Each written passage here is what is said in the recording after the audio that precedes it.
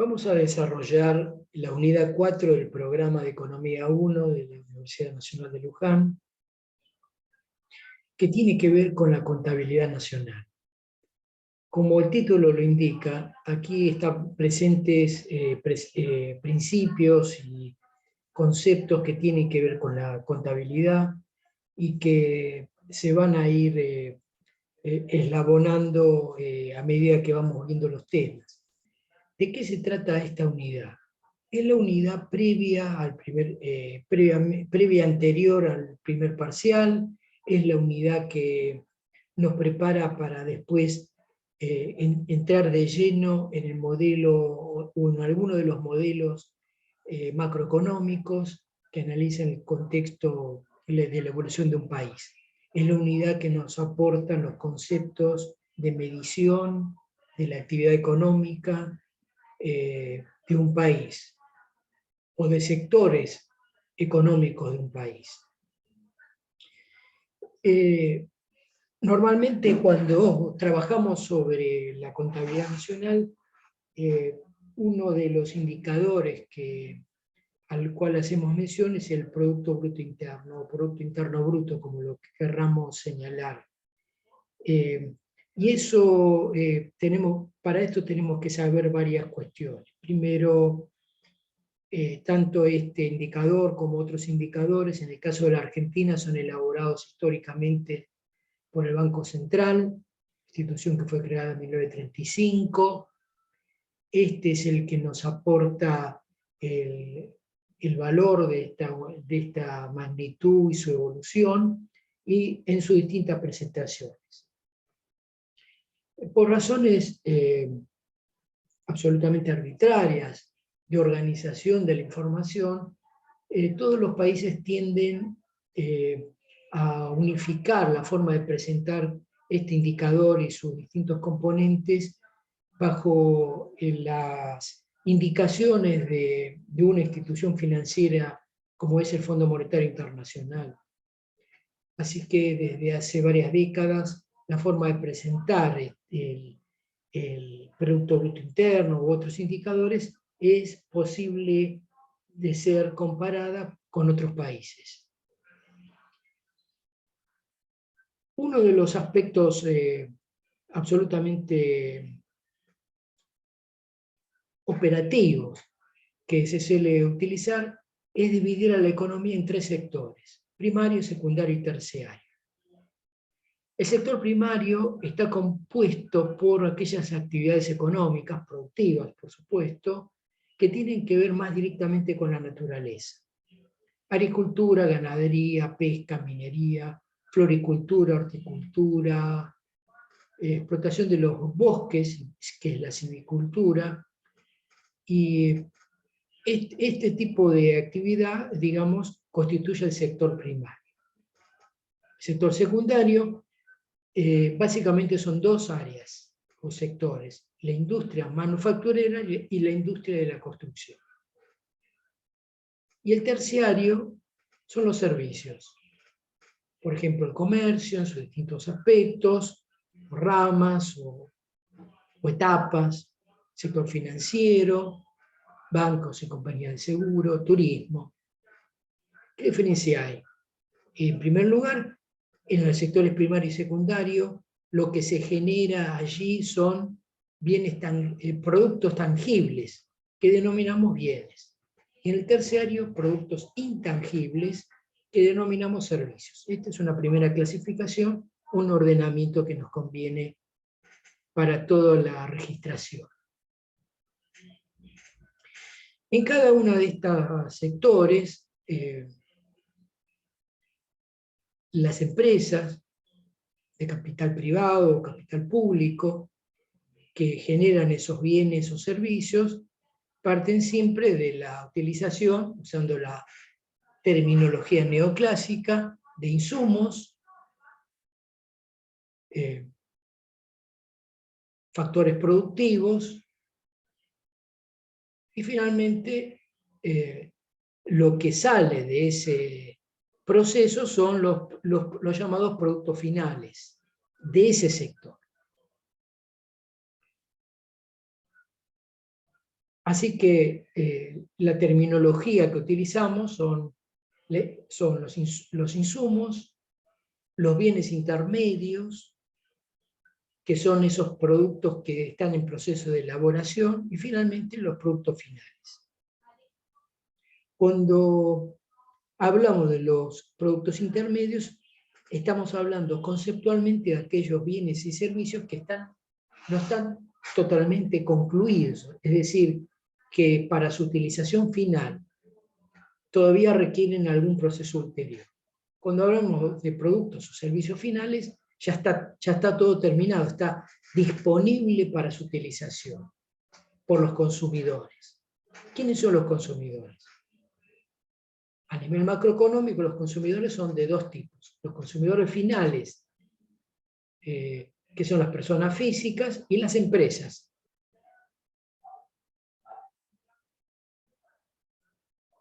Cuando elaboramos el indicador que muestra qué es lo que se produce en cada uno de esos sectores,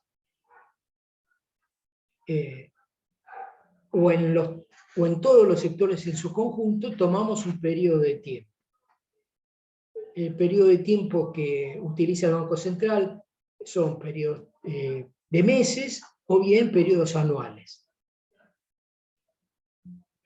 Lo que ocurre en ese proceso productivo desde que se extrae un insumo de la naturaleza hasta que llega a la mesa del consumidor, da lugar a un conjunto de conceptos que es necesario clarificar.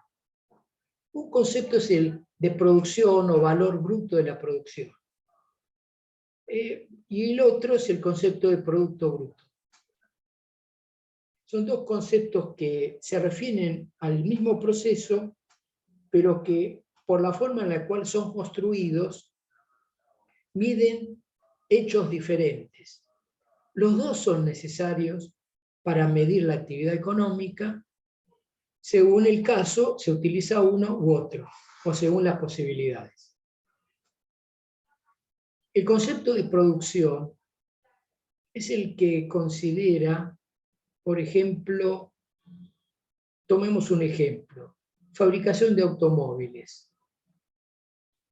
Cuando hablamos de producción de automóviles, allí no nos fijamos en el hecho de que el automóvil está constituido por un conjunto de insumos, acero, o eventualmente aluminio, algún otro metal, cristales, vidrio, plásticos. Cuando hablamos en términos de producción de automóviles, ustedes podrán apreciar en los medios de comunicación, cuando se trata de mostrar la evolución de la economía, se dice, bueno, en tal periodo anual creció o disminuyó la cantidad de automóviles producidos respecto a igual periodo anterior. Bueno, se omite deducir esos insumos.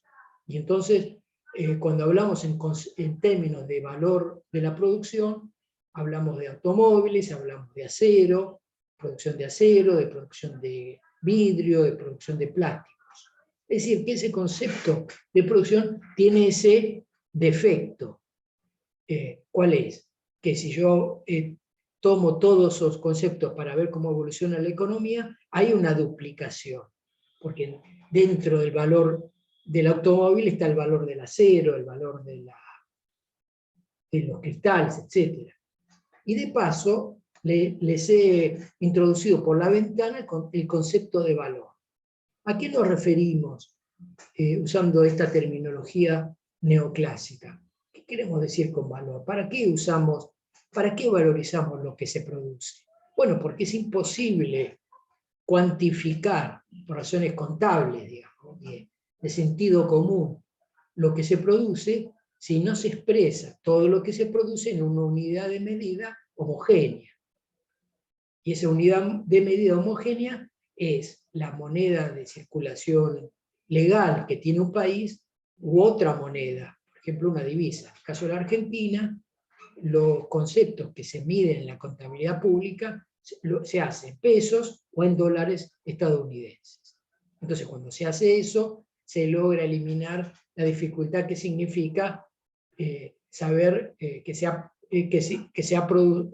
se produjo en un periodo determinado cierta cantidad de bienes y servicios que no tienen que ver entre sí, que es imposible agregarlos en términos físicos, sino que hay que agregarlos en términos monetarios, midiéndolos por su precio en la moneda de circulación legal o en una divisa.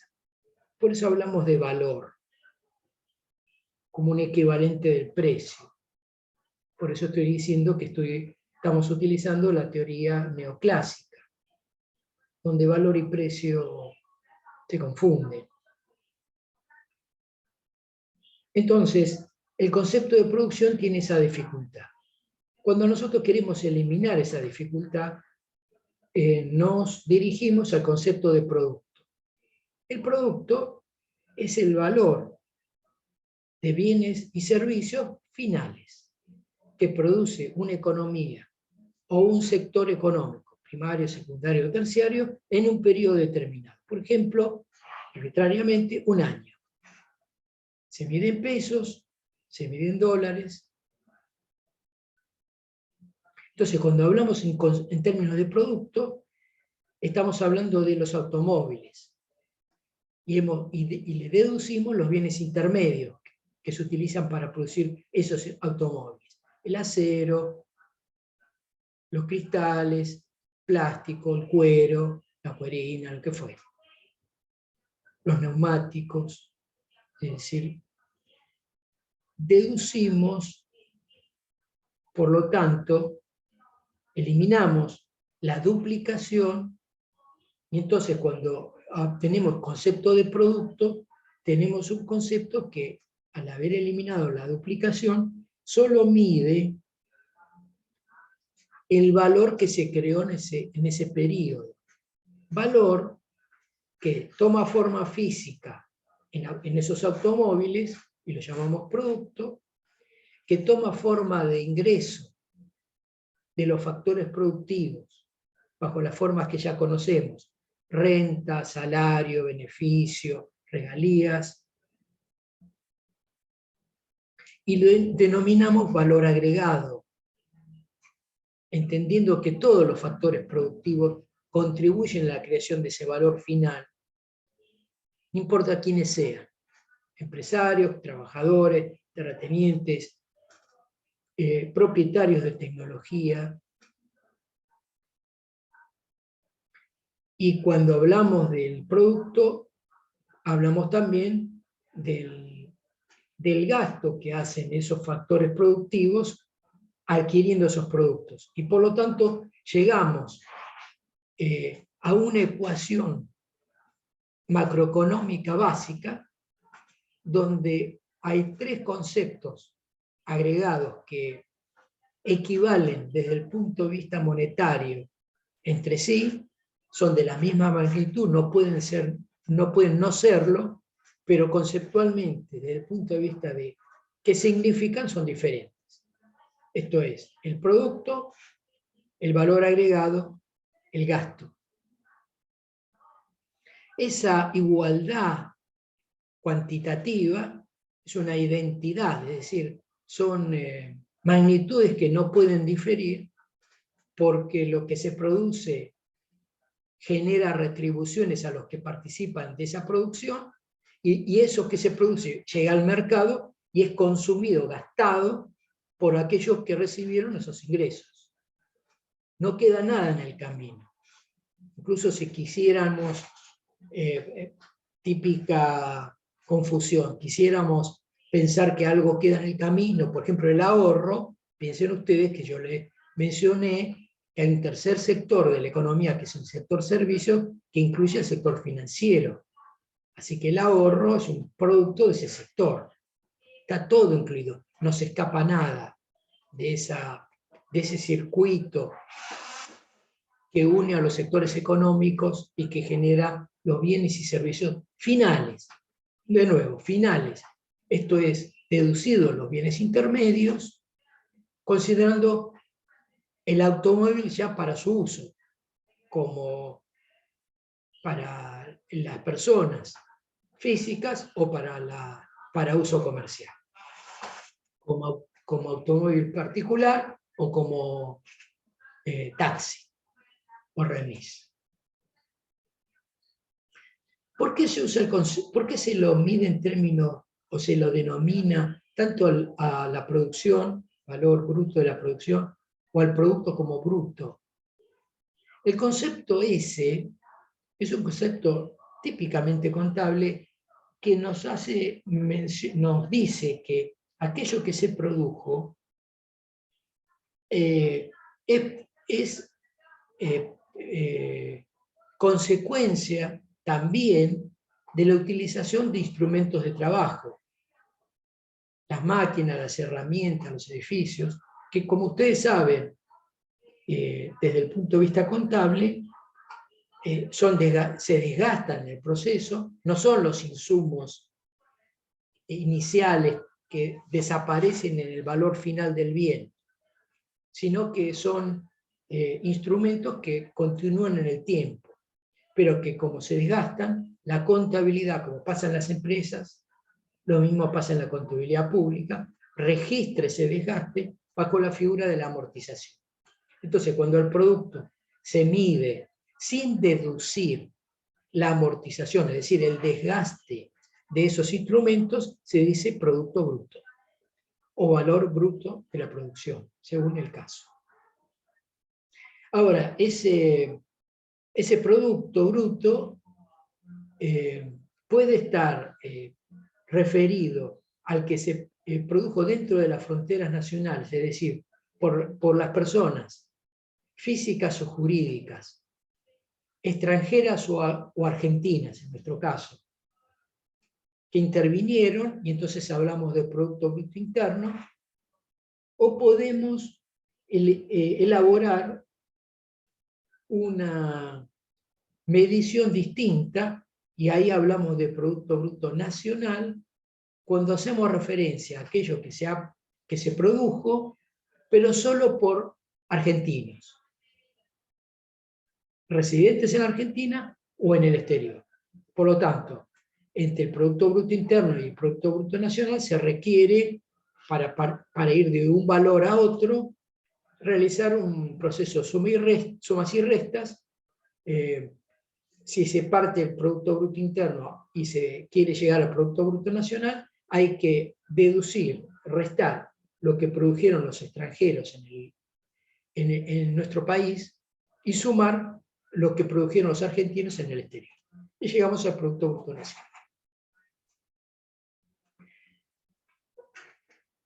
Hay países que miden su producción principalmente usando el concepto del Producto Bruto Nacional.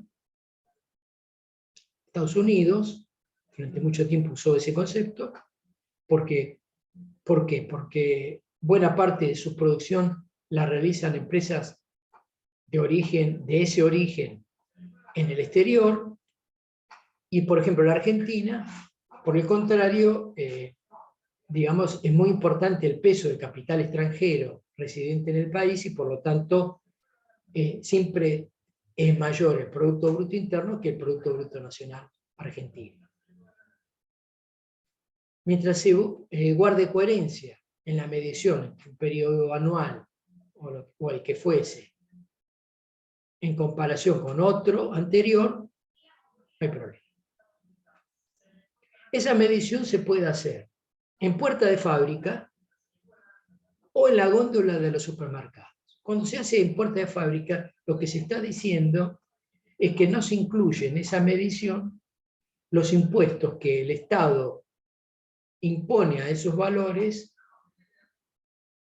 o devuelve a las empresas, como por ejemplo el IVA, impuesto al valor agregado, que se suma, digamos, al valor de ese producto que sale de la puerta de fábrica, o los subsidios que las empresas reciben por razones de necesidad de crecimiento de la economía homogéneo en todo el país, como es el caso de los subsidios que reciben las empresas que están radicadas en Tierra del Fuego, reciben subsidios, es decir, devolución de impuestos. Cuando esos impuestos, cuando el IVA y esos subsidios se incluyen en la fórmula, se habla de Producto Bruto Interno a precios de mercado. Cuando no se incluyen, se dice que es el Producto Bruto Interno a costo de factores.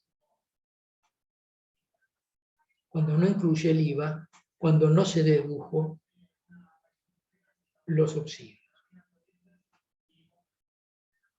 A partir de ese concepto de Producto Bruto Interno, se puede deducir el Producto Bruto Nacional, y desde el Producto Bruto Nacional, si se le resta las amortizaciones o al Producto Bruto Interno, se obtiene el Producto Neto Nacional o Producto Neto Interno, deduciendo las amortizaciones de los bienes de capital, es decir, de los instrumentos de trabajo. Y desde allí, a partir de sumando y restando conceptos, podemos llegar a otro concepto macroeconómico muy importante, que es el ingreso nacional. Esto es, los ingresos que reciben los factores productivos por participar en ese proceso productivo. Ese ingreso nacional, si se divide por la cantidad de habitantes, es el ingreso neto, personal neto. Y tiene una importancia que es la de saber,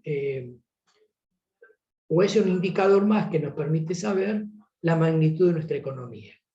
¿Por qué? Porque ahí están jugando dos factores, lo que se produjo y la cantidad de habitantes. Al hacer jugar la cantidad de habitantes, podemos construir un indicador, sobre todo comparativo con otros países, que tienen más población o menos población, y de ahí poder construir rankings comparativos, escalas comparativas, para ver cómo le va a nuestro país respecto a otros, y los otros hacen lo mismo con respecto a nosotros. Los organismos internacionales construyen esos rankings, los bancos, las instituciones como el Banco Central también las construyen. De paso les he mencionado los impuestos, aunque luego vamos a profundizar, ya digamos de entrada, que a los impuestos se los clasifican directos e indirectos. Directos son los que actúan sobre la renta de las personas, físicas o jurídicas, por ejemplo el impuesto a las ganancias, el impuesto a los bienes de capital. Es decir, que son impuestos que por la forma en la cual se obtienen, se aplican y se obtienen, tienen un carácter progresivo en términos de distribución del ingreso en la población, porque recaen a partir de determinadas escalas, más sobre los que más reciben o más tienen, respecto a los que menos tienen. Y los impuestos indirectos, como el impuesto al valor agregado, tienen un carácter, se le da un carácter más regresivo, no más, regresivo, en la medida que afecta a todos por igual, en términos de que el porcentaje es el mismo, salvo que expresamente el Estado, a través de sus instituciones, el Poder Ejecutivo, el Poder Legislativo, decida que los porcentajes sean diferentes según el tipo de bien, según quiénes sean los consumidores, etc.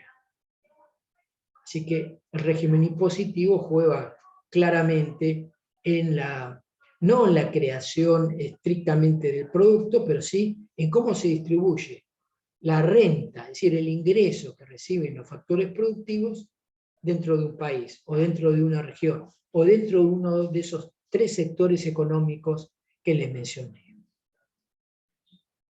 De paso, entonces, cabe mencionar lo siguiente. El Producto Bruto Interno, el Producto Bruto Nacional y todas sus variantes que acabo de mencionar son un indicador importante para medir el tamaño de la economía y la evolución de esa economía. Si la economía crece, se estanca o decrece. pero es insuficiente para saber cómo le va a la gente que está viviendo allí. O sea, una economía puede crecer y la pobreza puede crecer al mismo tiempo. Me estoy ahí escapando del pensamiento neoclásico, diciendo que en realidad el capitalismo genera permanentemente una distribución regresiva del ingreso por la naturaleza misma de su funcionamiento. No voy a profundizar en eso en este momento, lo vamos a profundizar en Economía 2. Pero, por lo tanto, los impuestos, que son un factor de recaudación que el Estado tiene, fundamental para poder solventar sus gastos, según qué peso tengan dentro de la recaudación, los indirectos y los directos, juegan un papel importante en esa distribución del ingreso. Cuanto más peso tengan los impuestos directos, más favorece una distribución más igualitaria del ingreso. No estoy haciendo ningún tipo de calificación en ese sentido. En el sentido que para algunas escuelas de pensamiento, a través de la historia y actuales, una distribución desigual del ingreso favorece el progreso de un país en la medida que impulsa a los más pobres a esforzarse. Hay teorías que sostienen esto. Y otras teorías, en el otro extremo, que sostienen que, digamos, la finalidad de la actividad económica es el bienestar de la población y que no es la desigualdad la que genera el progreso de la humanidad, sino el consumo, la inversión privada o pública, otros factores. Ahí hay un debate que no se va a terminar nunca, por lo menos mientras exista el capitalismo, entre las distintas escuelas de pensamiento acerca de la ventaja o desventaja de la existencia o no de pobres, o de una distribución desigual del ingreso. ¿Cómo lo medimos, la distribución del ingreso? No, el Producto Bruto bajo distintas figuras, medidas que les mencioné, no sirven para eso. Para ello se han construido distintos indicadores que miden la distribución. Uno de ellos es el coeficiente de Gini. El nombre con G, es el apellido de un pensador italiano que construyó un indicador que se mueve entre 0 y 1. 0 indica que esa población que se está estudiando, todos ganan lo mismo, reciben el mismo ingreso, no ganan, reciben el mismo ingreso, y 1 quiere decir que hay una persona que recibe el 99% y el resto lo que queda. Así, es decir, que ese coeficiente que se construye comparando los ingresos, distribuyendo la población en deciles, es decir, el 100% en porcentajes del 10, para ver la pirámide de distribución poblacional. En la medida que se acerca a 1, indica una distribución más regresiva, más desigual. En la medida que se acerca a 0, más progresiva, más igual. Digámoslo de una manera más práctica. Países como los nórdicos, el norte de Europa, son los que históricamente tienen coeficientes de Gini más cercanos a 0. Y los países más atrasados del mundo son los que tienen coeficientes más cercanos a 1. En los periodos de crisis, la Argentina ha llegado a tener coeficientes superiores a 0,4, 0,40. Depende del periodo histórico que uno tome, el coeficiente es diferente. Entonces, resumiendo, la contabilidad pública nos permite saber cómo evoluciona la economía de un país o un sector económico, y esto nos da una idea de cuánto es la torta de ingresos que hay para distribuir. Este indicador y sus variantes nos da una idea de crecimiento o estancamiento, las tres posibilidades. Cuando pensamos la economía en términos de desarrollo, así, a secas, sin aditamentos, entonces tenemos que pensar, además, en cómo vive la gente. Es decir, ¿cómo es la tasa de mortalidad infantil? ¿Crece o decrece? ¿Cómo es la tasa de alfabetización?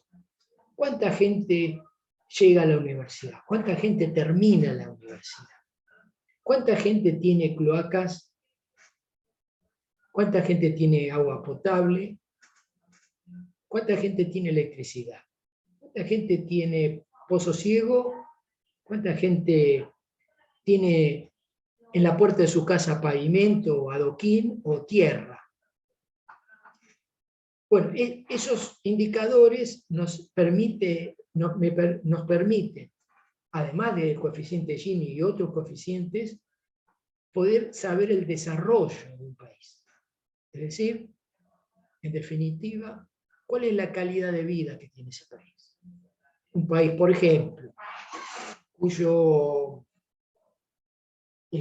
cuya esperanza de vida al nacer, es decir, la cantidad de años que en promedio esa población va a vivir, en la medida que se extiende, indica un desarrollo mayor. En la medida que se reduce, indica un desarrollo menor.